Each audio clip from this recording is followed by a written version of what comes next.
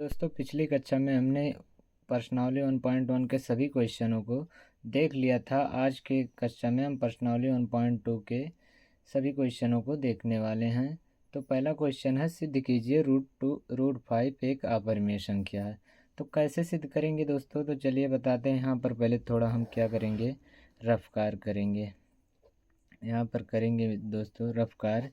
अब रफ्कार क्या करेंगे, सबसे पहले देखेंगे कि हाँ परिमेय संख्या के बारे में यहाँ क्या कह रहा है। परिमेय संख्या और परिमेय संख्या के बारे में तो हमें जानकारी होनी चाहिए। तो परिमेय संख्या क्या होती है जिसे हम p/q के रूप में लिख सकें? क्या लिख सकें? ये होती है परिमेय संख्या। क्या होती है? परिमेय संख्या, जिसे हम p/q के रूप में लिख सकें। लेकिन क्या होना चाहिए? q का मान 0 नहीं होना चाहिए। q does not equal to 0। अपरिमेय संख्या जिसे हम p/q के रूप में नहीं लिख सकते हैं क्या होती है?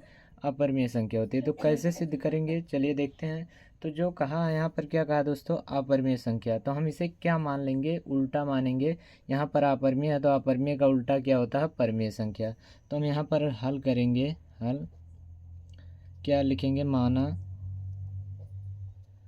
√5 एक परिमेय संख्या है। परिमेय संख्या है। अब परिमेय संख्या है दोस्तों, तो हम इसे क्या लिख सकते हैं? √5 बराबर p/q। क्या लिख सकते हैं? p/q। यहाँ पर हमने बताया p/q के रूप में जिसे लिख सकें वो क्या है? परिमेय संख्या।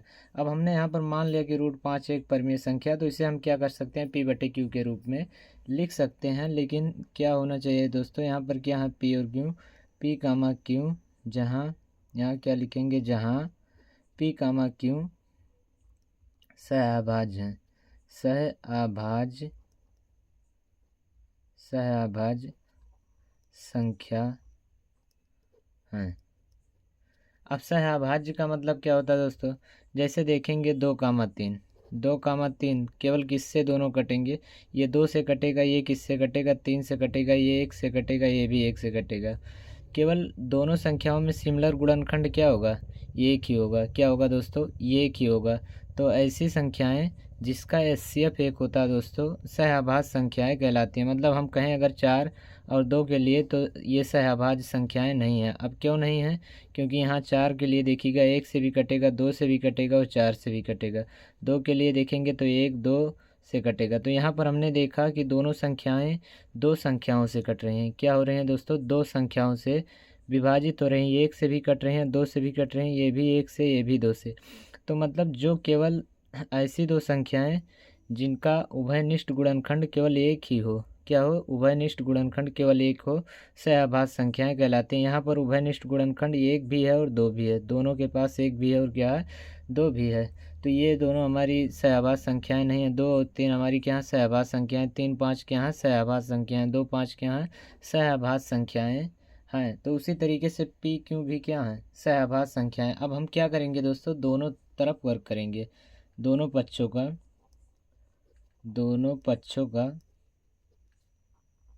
वर्ग करने पर अब दोनों पक्षों का वर्ग करेंगे दोस्तों, तो यहाँ पर √5 का वर्ग और बराबर p/q का वर्ग। तो यहाँ से क्या आएगा? p इधर आ जाएगा, 5 आएगा उधर, इधर p² q²। तो यहाँ से क्या आ जाएगा दोस्तों देखिएगा, अगर हम करें तो 5, q को क्या करें? 5 के साइड में ले जाएं। q को क्या करें? हम 5 के साइड में ले जाएं। तो ये हमारा हो जाएगा 5, ये हो जाएगा दोस्तों 5q² बराबर p²। अब यहाँ से q² बराबर करें तो q² बराबर आ जाएगा 5, इधर गुणे में, इधर किस में जाएगा दोस्तों? भाग में चला जाएगा। यहाँ q² भाग में था इसलिए इधर गुणे में गया, इधर 5 गुणे में था इसलिए इधर क्या गया? भाग में गया। अब यहाँ से हम देखेंगे दोस्तों, अब यहाँ से अगर देखें तो क्या देखेंगे कि p² 5 से विभाजित है। p² 5 से विभाजित है।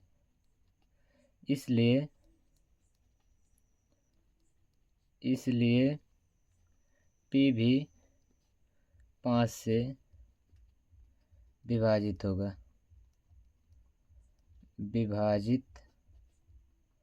होगा।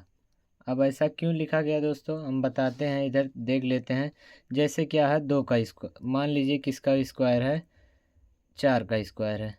अब ये 2 से विभाजित हो रहा है, 4 का स्क्वायर 2 से विभाजित हो रहा है। तो अगर इस स्क्वायर को हम हटा दें तो क्या 4 2 से विभाजित नहीं होगा? होगा, निश्चित ही 4 2 से विभाजित होगा। इसी तरीके से पी स्क्वायर अगर 5 से विभाजित है, पी स्क्वायर क्या 5 से विभाजित है, तो क्या पी 5 से विभाजित नहीं होगा? 5 भी क्या, पी भी क्या होगा, 5 से विभाजित होगा। तो यहाँ पर हम क्या करने वाले हैं, जैसे देखिएगा पी स्क्वायर बटे 5 बराबर क्यू स्क्वायर था, तो यहाँ पी बटे 5 जब विभाजित होगा पी 5 से तो इसका मान कुछ ना कुछ आएगा। हम क्या मान लिए, क्या आया, क्यू आ गया। क्या आ गया दोस्तों? क्यू आ गया। इसका मान क्या आ गया, क्यू। इसे मान लिया हमने समीकरण 1, इसे मान लिया क्या। चलिए इसे अभी कुछ नहीं मानेंगे। यहाँ से अगर देखा जाए तो पी बराबर क्या आ गया, 5 के। पी बराबर क्या आ गया, 5 के। इससे क्या मान लिया, समीकरण 2। क्या मान लिया गया दोस्तों, समीकरण 2। अब हम क्या करेंगे, देखिएगा समीकरण 2 से p का मान समीकरण 1 में रखने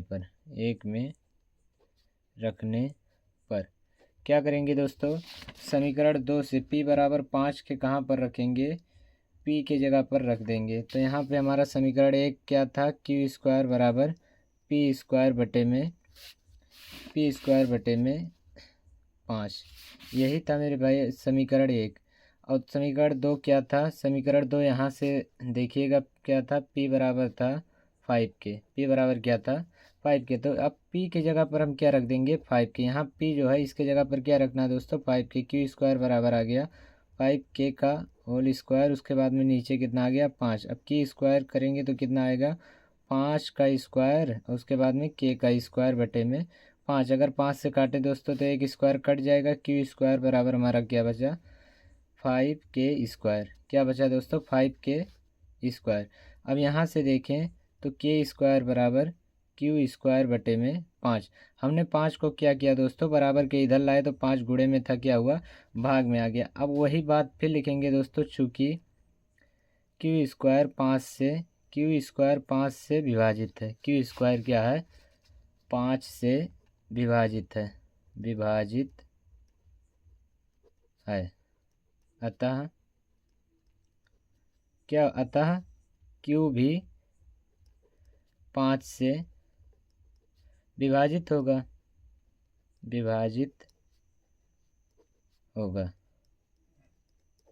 तो हमने क्या बताया शुरुआत में दोस्तों, कि पहले हमने क्या माना था, पी क्यू सहायभाज्य संख्या है। अब सहायभाज्य संख्याओं में क्या बताया गया कि जिसका उभयनिष्ठ गुणनखंड केवल 1 हो। उभयनिष्ठ गुणनखंड क्या हो दोस्तों, केवल 1 हो। लेकिन हमने यहाँ पर क्या देख लिया कि इसका उभयनिष्ठ गुणनखंड क्या है, कोई भी दो संख्याएं हों उनका उभयनिष्ठ गुणनखंड 1 तो होता ही होता है।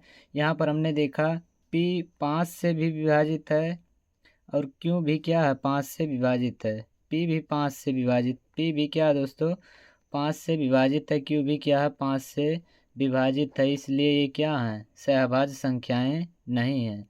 तो हमने माना था ये दोनों सहभाज्य संख्याएं, था क्या हुआ, हमारी जो कल्पना थी गलत हुआ। हमारा कल्पना क्या हो गया, गलत हो गया। जिससे ये सिद्ध होता है कि ये दोनों अपरिमेय संख्या ना होकर क्या हैं, अपरिमेय संख्या हैं, विभाजित होगा। अतः क्या लिखेंगे दोस्तों, इसलिए लिख देंगे अतः हमारी धारणा अब हमारी धारणा क्या थी दोस्तों, हमारी धारणा क्या थी, अतः हमारी धारणा हमने माना √5 परिमेय संख्या है, √5 परिमेय संख्या है। हमारी धारणा दोस्तों क्या था, √5 एक परिमेय संख्या है, गलत है। हमारी धारणा गलत है, अतः सिद्ध होता है। फिर से लिखेंगे, अतः सिद्ध होता है कि √5 एक अपरिमेय संख्या है, अपरिमेय संख्या है। अगर आपको वीडियो पसंद आया हो तो हमारे चैनल को सब्सक्राइब कर सकते हैं। अगले क्वेश्चन के लिए मिलते हैं अगले वीडियो में, तब तक के लिए जय हिंद।